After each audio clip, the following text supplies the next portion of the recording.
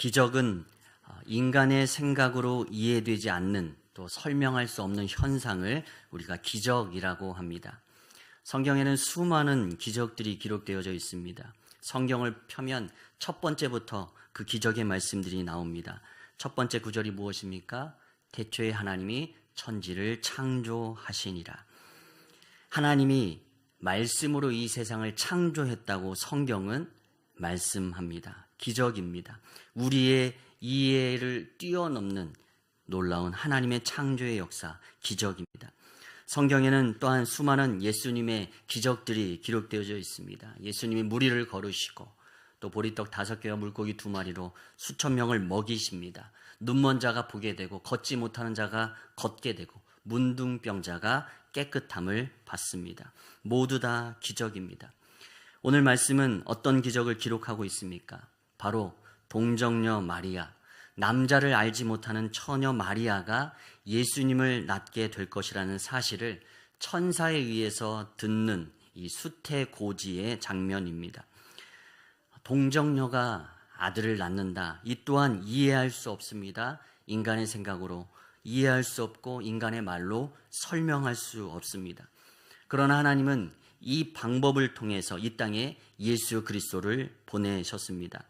오늘도 이 기적의 사건 앞에서 한 여인이 보인 이 반응을 통해서 우리 믿음의 사람들이 하나님 앞에 어떠한 모습으로 서야 할지 함께 은혜를 나누고자 합니다.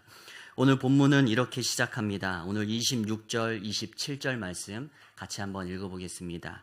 시작. 6째 달에 천사 가브리엘이 하나님의 보내심을 받아 갈릴리 나사렛이란 동네에 가서 다윗의 자손 요셉이라 하는 사람과 약혼한 처녀에게 이르니 그 처녀의 이름은 마리아라. 아멘. 6째 달이라는 표현은 이제 오늘 본문 말씀 앞부분과 연관된 표현입니다. 오늘 본문 앞부분에 보면 세례 요한의 부모님인 사가랴와 또한 엘리사벳의 이야기가 나옵니다. 그리고 그 본문에 보면 이 사가랴에게 천사가 나타나서 아이를, 그의 아내인 엘리사벳이 아이를 임신하게 될 것이라고 말하는 장면이 나옵니다.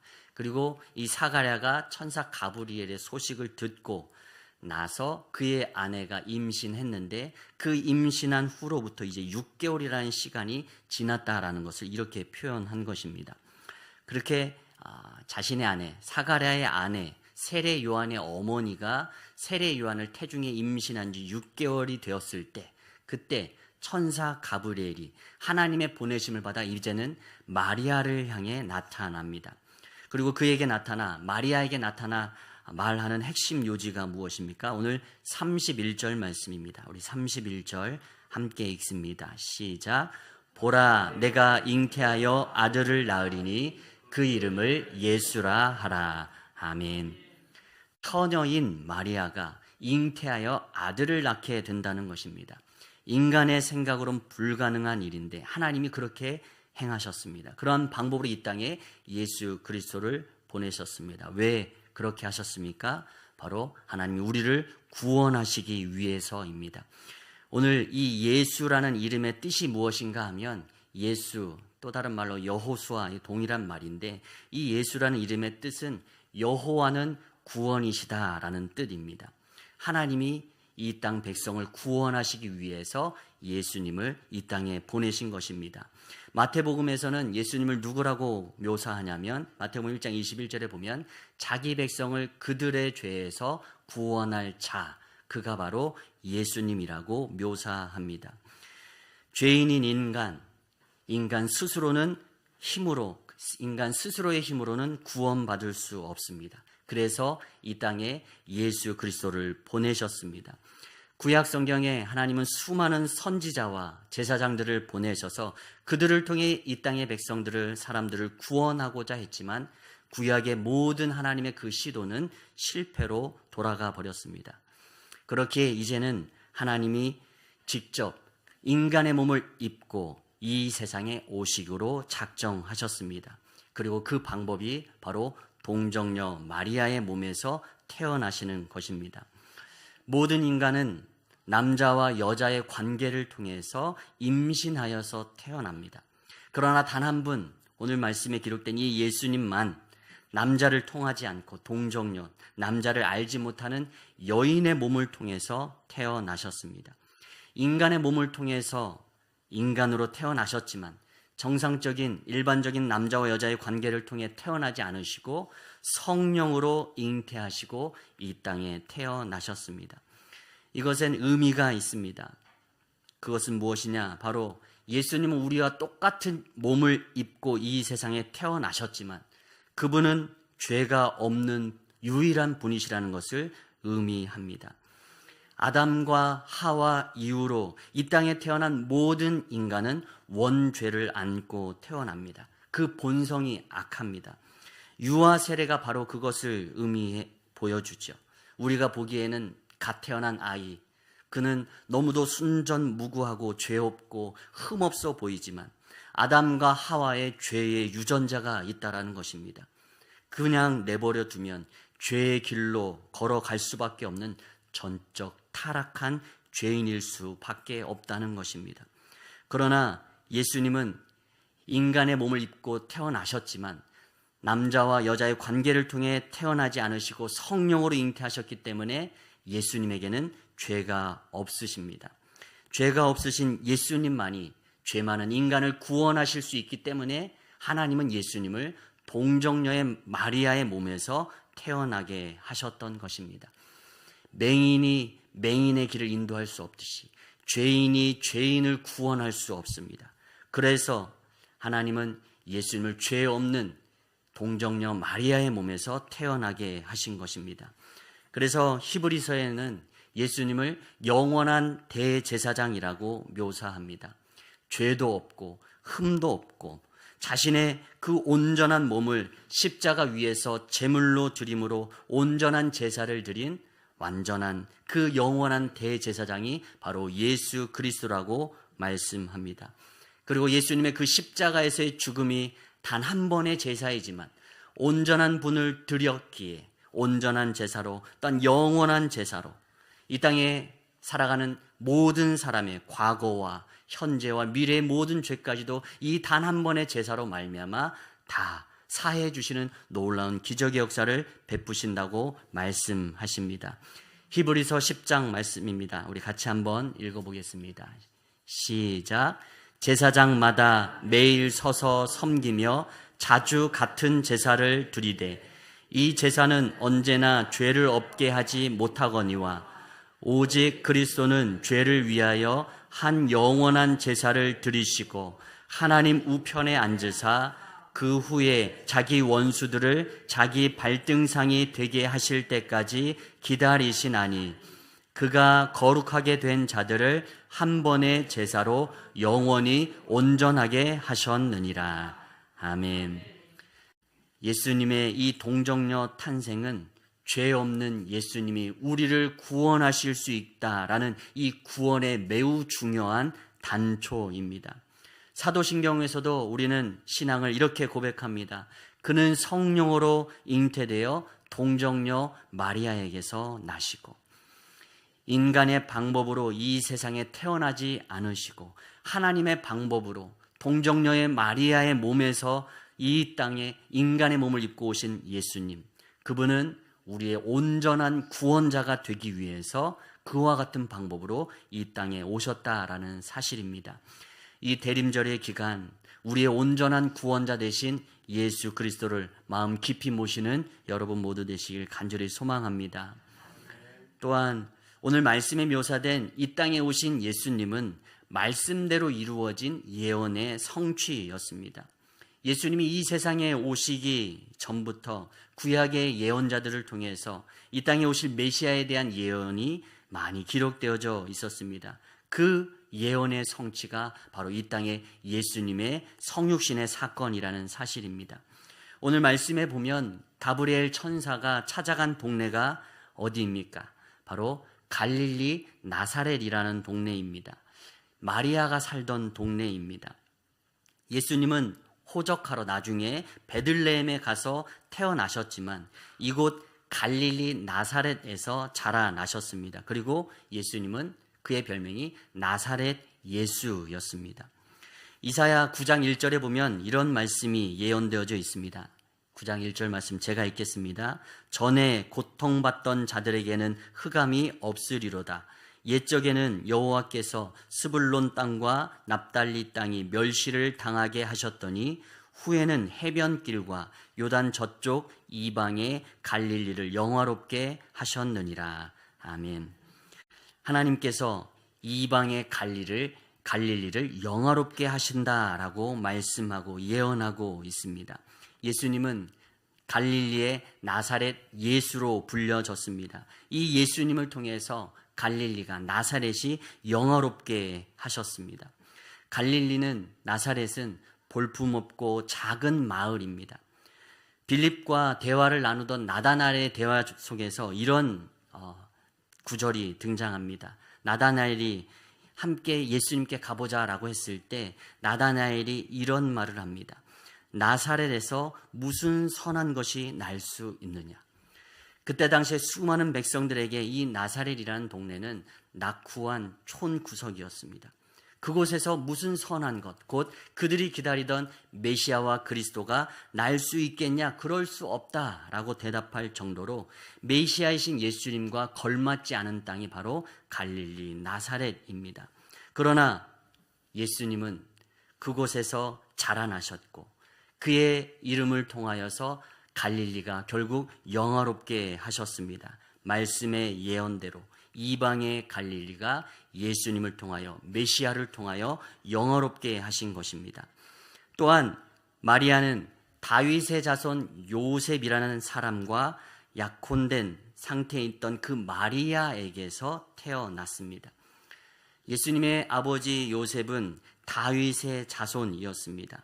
요셉과 마리아가 결혼해서 낳게 되면 그 자손은 곧 다윗의 후손이 되는 것입니다. 요셉이 다윗의 후손이니까 예수님 또한 다윗의 후손이 되는 것인데 이 또한 성경에 이미 예언되어 있는 것의 성취였습니다. 이사야 11장 1절 말씀입니다. 우리 같이 한번 읽겠습니다. 시작. 이새의 줄기에서 한 싹이 나서 그 뿌리에서 한 가지가 나서 결실할 것이요. 아멘. 다윗의 아버지의 이름이 이새이죠. 이새의 줄기에서 후손에서 한 싹이 나서 결실할 것인데 그것이 바로 이 땅에 오실 메시아 그리스도가 바로 예수님이시다라는 것을 예언하고 있는 것입니다. 이것은 영원한 다윗의 왕위를 약속하시며 그 다윗의 나라의 왕위를 영원히 견고하게 하시겠다고 약속한 이 나단 선지자의 예언 속에서도 묘사되어 있는 장면입니다. 다윗의 왕권이 영원히 사그라들지 않고 지속될 것이다 말씀하셨는데 그 예언 말씀대로 다윗의 자손으로 오신 예수님을 통해 이 땅에 다스리시고 또한 주님이 왕으로 오셨다라는 사실입니다. 갈릴리에 오셨고 또한 다윗의 자손으로 오셨습니다. 또한 예수님 오늘 말씀에 기록된 대로 처녀인 마리아를 통해 이 땅에 태어나셨습니다. 이사야 7장 14절 말씀입니다. 함께 읽겠습니다. 시작. 그러므로 주께서 친히 징조를 너희에게 주실 것이라. 보라, 처녀가 잉태하여 아들을 낳을 것이요 그의 이름을 임마누엘이라 하리라. 아멘. 보라, 처녀가 잉태하여 아들을 낳을 것이다 라고 이미 예언되어 있었습니다. 우리의 생각으로는 이해되지 않는 방법이지만 이미 구약의 이사야 선지자를 통해 그리고 수많은 구약의 선지자들을 통해서 예수님이 이 땅에 오실 것이 예언되었고 그 예언의 성취로 오늘 이 땅 가운데 예수님이 태어나신 것입니다. 이 모든 것이 말씀에서 예언한 대로 이루어진 예언의 성취였습니다. 예수님이 이 땅에 오신 것, 그 어느 것 하나 우연이 없었습니다. 우리의 구원의 과정 또한 마찬가지입니다. 하나님께서 그 모든 것을 예비해 두고 계셨습니다. 하나님께서 우리를 사랑하셔서 구원의 큰 계획을 가지고 우리를 구원해 주셨고 오늘도 우리를 이 예배의 자리로 인도해 주셨습니다. 우리가 원했던 것이 아니고 하나님이 계획하셨고 작정하신 그 방법대로 하나님께서 우리에게 복음을 전하는 자를 보내주셨고 복음을 듣고 구원받은 하나님의 백성이 되도록 우리의 발걸음을 걸음걸음 인도하시고 예비해 주셨습니다. 그리고 이 모든 것이 그렇게 우리는 하나님의 은혜라고 고백할 수밖에 없는 것입니다. 오늘도 마리아를 향해서 천사가 고백하는 말 가운데 이 은혜라는 고백이 2번이나 반복해서 등장합니다.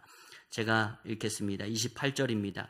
그에게 들어가 이르되 은혜를 받은 자여 평안할지어다. 주께서 너와 함께 하시도다 하니. 30절 말씀. 천사가 이르되 마리아여 무서워하지 말라. 내가 하나님께 은혜를 입었느니라. 아멘. 마리아는 지금 하나님의 은혜를 받은 자라고 천사에 의해 지금 소식을 듣고 있습니다. 은혜를 받은 자여 내가 하나님께 은혜를 입었느니라. 마리아는 지금 놀라운 이 구원의 역사에 하나님이 직접 인간의 몸을 입고 이 땅 가운데 오시는 이 구원의 역사에 예수님의 어머니로 택함 받는 은혜를 받고 있습니다. 유대 땅에 수많은 여인들이 있었지만 그 중에 마리아가 예수님의 어머니로 택함 받고 은혜가 부어졌으니 그것이 얼마나 큰 은혜입니까? 그런데 이 은혜가 우리가 생각했을 때 평탄하고 좋은 것만은 아니라는 사실을 일단 우리는 기억해야 할 것입니다. 구원의 길로 가는, 이 땅에 예수 그리스도가 오시는 그 구원의 길로 가는 그 은혜가 결코 평탄한 길이 아님을 우리는 기억해야 합니다. 예수님이 이 땅 가운데 오시기 위해서 마리아 가운데 잉태하셨습니다. 잉태하심으로 마리아가 그 하나님의 은혜를 입었는데 그 은혜는 은혜로 그치는 것이 않고 그것으로 인해서 수많은 고난과 역경이 또한 그녀에게 주어졌습니다.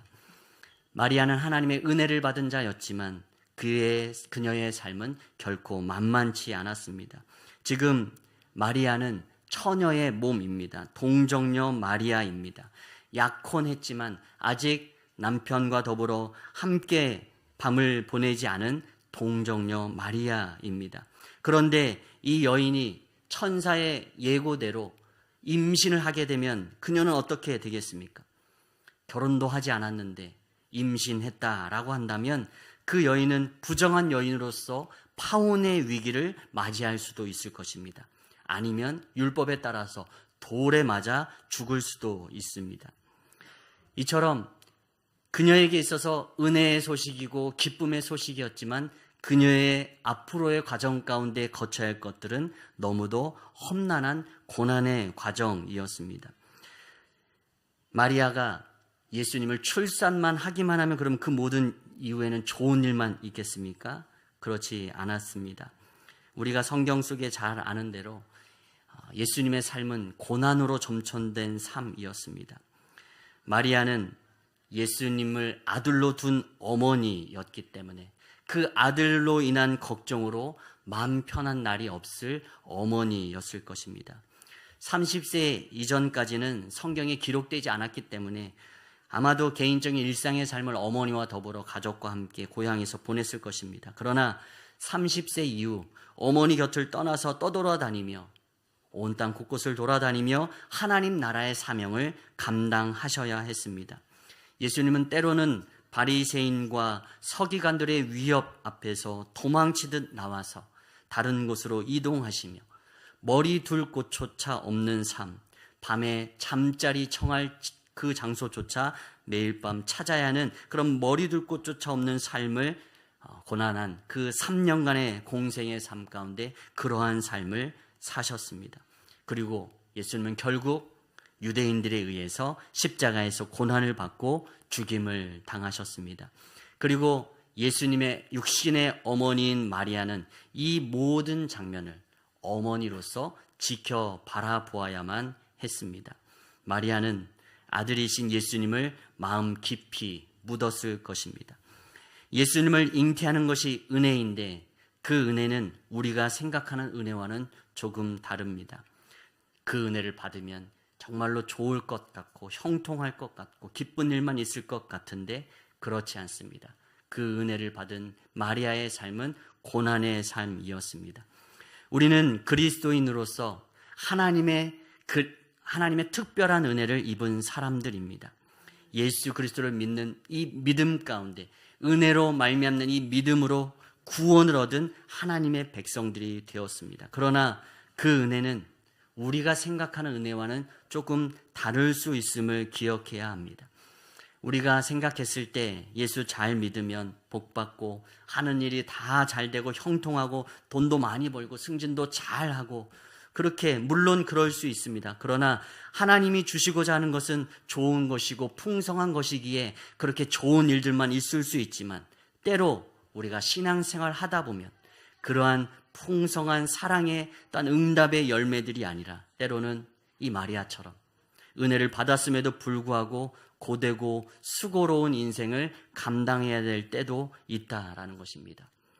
그리고 때로는 손해 볼 때도 있고 때로는 억울한 오해를 받을 때도 있더라는 것입니다. 예수님을 잘 믿었음에도 불구하고 그 믿음을 뒤쫓아 걸어감에도 불구하고 그 받은 은혜가 있음에도 불구하고 하나님 앞에서 그 은혜는 결코 우리가 생각하는 그 평탄함만을 의미한다라는 것은 아니라는 것입니다. 우리가 때로 하나님을 위해 쓰임 받는다라는 것은 결코 편하고 쉬운 길이 아닙니다. 그러나 그럼에도 불구하고 기억할 것은 그 길이 좁고 험한 가시밭 길일 수도 있지만 그 길은 하나님이 기뻐하시는 생명의 길이라는 사실입니다. 갈릴리 나사렛이라는 그 낙후한 동네에서 마리아를 택하셔서 그에게 가브리엘 천사를 보내시고 이 세상에 둘도 없는 하나님의 놀라운 은혜를 지금 베풀고 계십니다. 이 일을 통하여서 때로는 힘들고 어려운 일도 겪겠지만 이 일을 통하여서 온 세상이 구원을 받게 될 것을 지금 바라보며 마리아는 참고 기다리고 순종하고 인내하고 있는 것입니다. 그 하나님의 은혜 앞에 때로는 험난한 고난이 찾아올 수도 있지만 우리는 그 험난한 고난 속에서도 그 고난을 참을 만한 가치가 있는 귀한 생명의 길을 걸어가고 있음을 늘 기억하길 간절히 소망합니다. 오늘도 우리에게 그리스도인이라는 거룩한 이름을 허락해 주셨습니다. 예수님을 믿는 모든 자들에게 이 그리스도인이라는 이름을 허락해 주셨습니다. 그리스도인이라는 이름은 무엇을 뜻합니까? 예수님을 닮아가는 사람들, 작은 예수라는 뜻입니다. 우리가 하나님의 은혜로 구원받아 그리스도인이 되었습니다. 때로는 그 은혜가 그리스도인으로 살아가면서 이 땅에서 더 많은 눈물을 흘려야 되고 더 많은 기도를 해야 되고 더 많은 헌신을 해야 할지도 모릅니다. 그러나 그리스도인으로서 감당하는 이 모든 것은 수고로운 짐이 아니라 하나님이 기뻐하시는 영광스러운 십자가가 될 줄 믿습니다. 오늘도 마리아를 향해서 천사가 말합니다. 은혜를 받은 자여 평안할지어다. 주께서 너와 함께 하시도다. 하나님의 은혜를 받은 자들을 고난 가운데서도 결코 홀로 두지 않으십니다. 또한 천사가 말합니다. 무서워하지 말라. 내가 하나님께 은혜를 입었느니라. 하나님의 은혜를 입은 자들은 하나님이 함께 하시기에 두려워하지 말고 무서워하지 말아야 합니다. 오늘도 하나님의 은혜를 받은 자들로서 우리 모두가 예수 그리스도를 닮은 사람들, 또 예수 그리스도를 뒤따라가는 사람들, 그렇게 작은 예수로 쓰임받길 간절히 소망합니다. 그러나 마리아는 이러한 천사의 말을 다 듣고도 이해하지 못했습니다. 그래서 34절에 이렇게 말합니다. 우리 34절 함께 읽겠습니다. 시작. 마리아가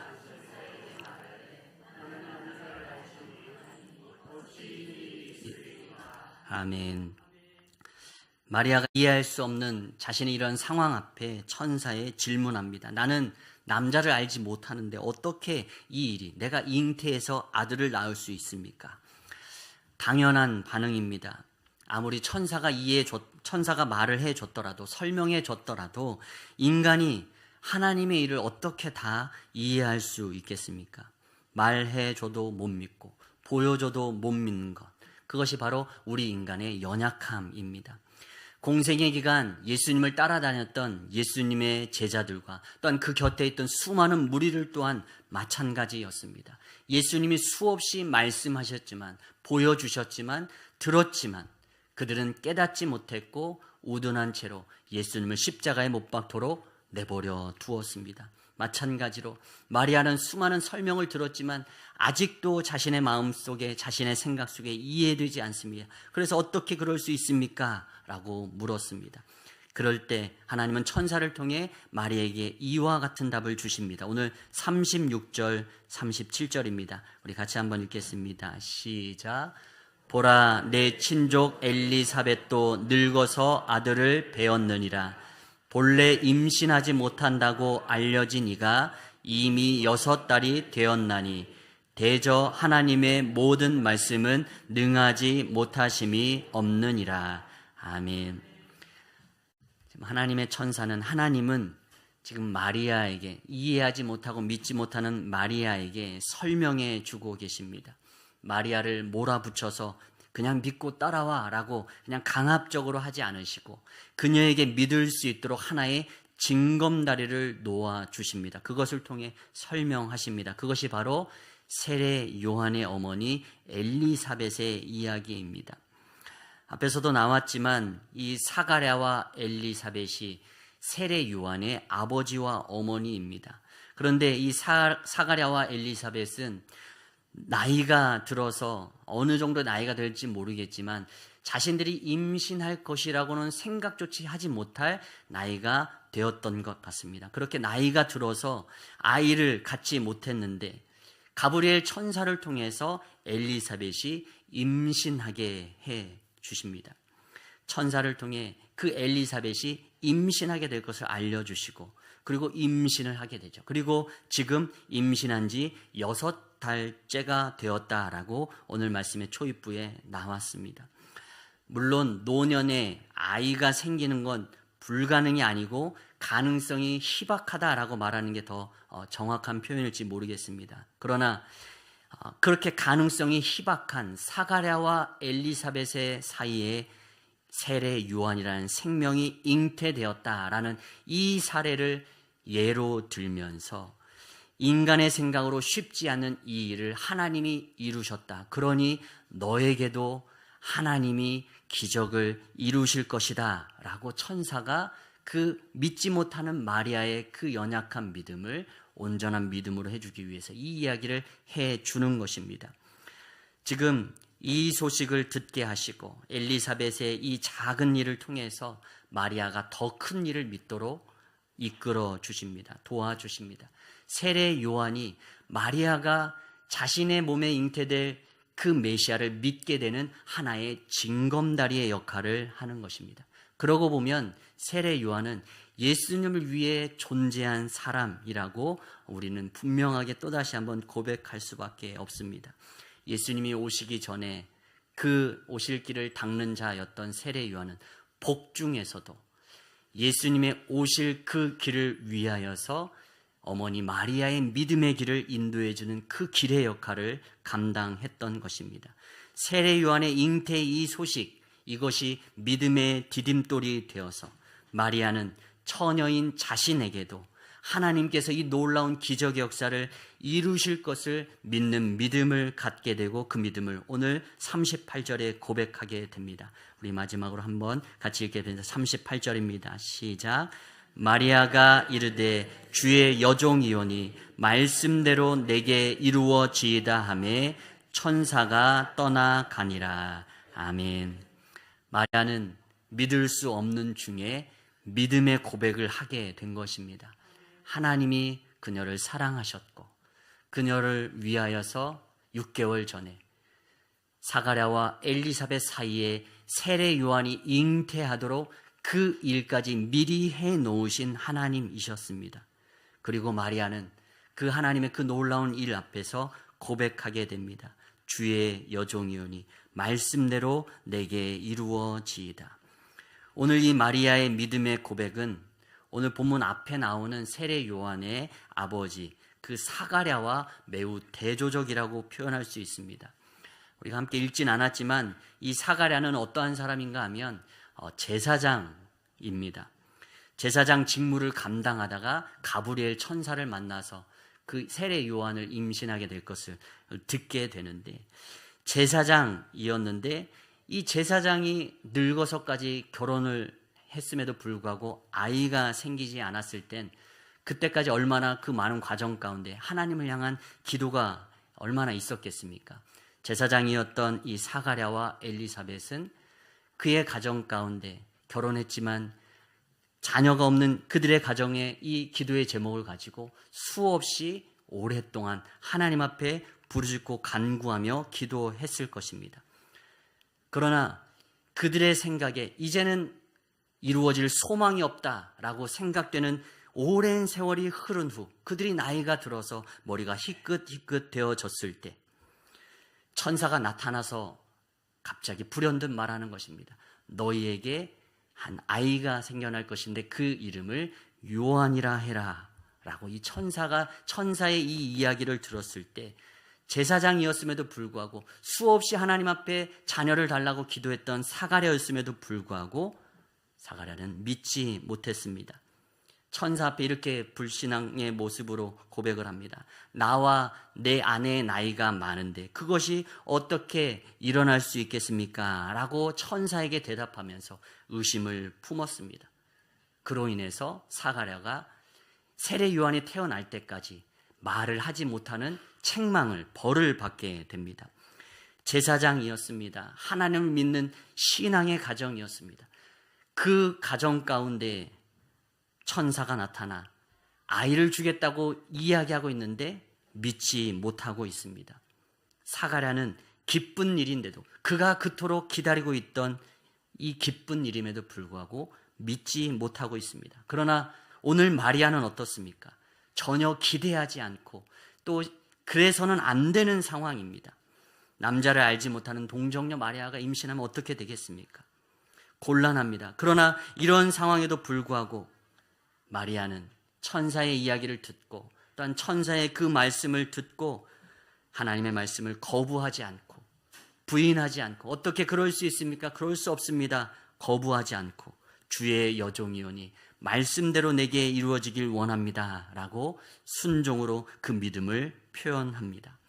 제사장은 지금 믿음을 고백하지 못해 불신앙을 고백하여서 말을 하지 못하는 책망을 받았는데, 지금 갈릴리 나사렛에 있는 어린 그 소녀였던 마리아는 주의 여종이니 주님의 말씀대로 내게 이루어질 것입니다 라고 믿음으로 고백하고 있는 것입니다. 이 마리아의 고백은 결코 쉬운 고백이 아닙니다. 그래서 그녀를 복 있는 사람으로 만드는 놀라운 믿음의 고백이 됩니다. 오늘 말씀 뒷부분에 보면 마리아에게 향한 그 복의 말씀을 두 군데에서 찾아볼 수 있는데 45절과 48절입니다. 제가 읽겠습니다. 먼저 45절입니다. 주께서 하신 말씀이 반드시 이루어지리라고 믿은 그 여자에게 복이 있도다. 아멘. 48절입니다. 그의 여종의 비천함을 돌보셨음이라. 보라, 이제 후로는 만세에 나를 복이 있다 일컬으리로다. 아멘. 마리아는 믿을 수 없는 그 상황 가운데 주어진 천사의 그 말씀 앞에, 하나님의 말씀 앞에 믿음으로 순종했습니다. 그리고 복 있는 자라는 그 하나님의 놀라운 칭찬을 받게 됩니다. 만복의 근원이신 주님을 위해서 믿음으로 순종하였던 마리아처럼 우리도 우리의 삶에 믿음으로 순종해서 나아가게 되면 하나님이 우리를 통해 그 하나님의 복이 세상 가운데 흘러가도록 하는 복의 통로가 되게 하실 줄 믿습니다. 마리아를 통해 이 땅에 구세주가 나셨던 것처럼 우리도 예수 그리스도를 믿는 믿음 가운데 믿을 수 없는 중에 믿고 순종하며 나아갈 때 우리를 통하여서 이 땅에 예수의 복음이 흘러가게 되는 놀라운 축복의 역사로 우리를 사용해 주실 줄 믿습니다. 오늘 이 마리아의 고백은 오늘도 우리에게 도전과 더불어서 위로를 허락해 줍니다. 이 땅 가운데 오신 예수님은 온전한 예언의 성취였습니다. 하나님의 말씀은 반드시 응답받습니다. 우리가 붙들고 나아가는 그 하나님의 말씀은 결코 하나도 떨어짐 없이, 땅에 떨어짐 없이 온전히 다 성취되는 하나님의 말씀인 줄 믿습니다. 그렇기에 우리가 할 일은 마리아처럼 말씀대로 이루어지다라는 이 믿음과 순종으로 응답하는 삶인 줄 믿습니다. 때로는 은혜 받은 자이지만 고난 가운데 처할 수 있고 역경 가운데 처할 수 있습니다. 그러나 그럼에도 불구하고 말씀대로 행하시는 그 하나님께서 오늘도 우리의 삶을 통해 하나님의 뜻을 이루시고 우리를 통해서 이 땅에 그 하나님의 복음이 또한 그 하나님의 복이 흘러가도록 하는 통로로 우리를 삼아 주실 줄 믿습니다. 그렇게 마리아처럼 하나님 앞에 쓰임받는 우리 모든 성도들 되시길 간절히 축원합니다. 아멘.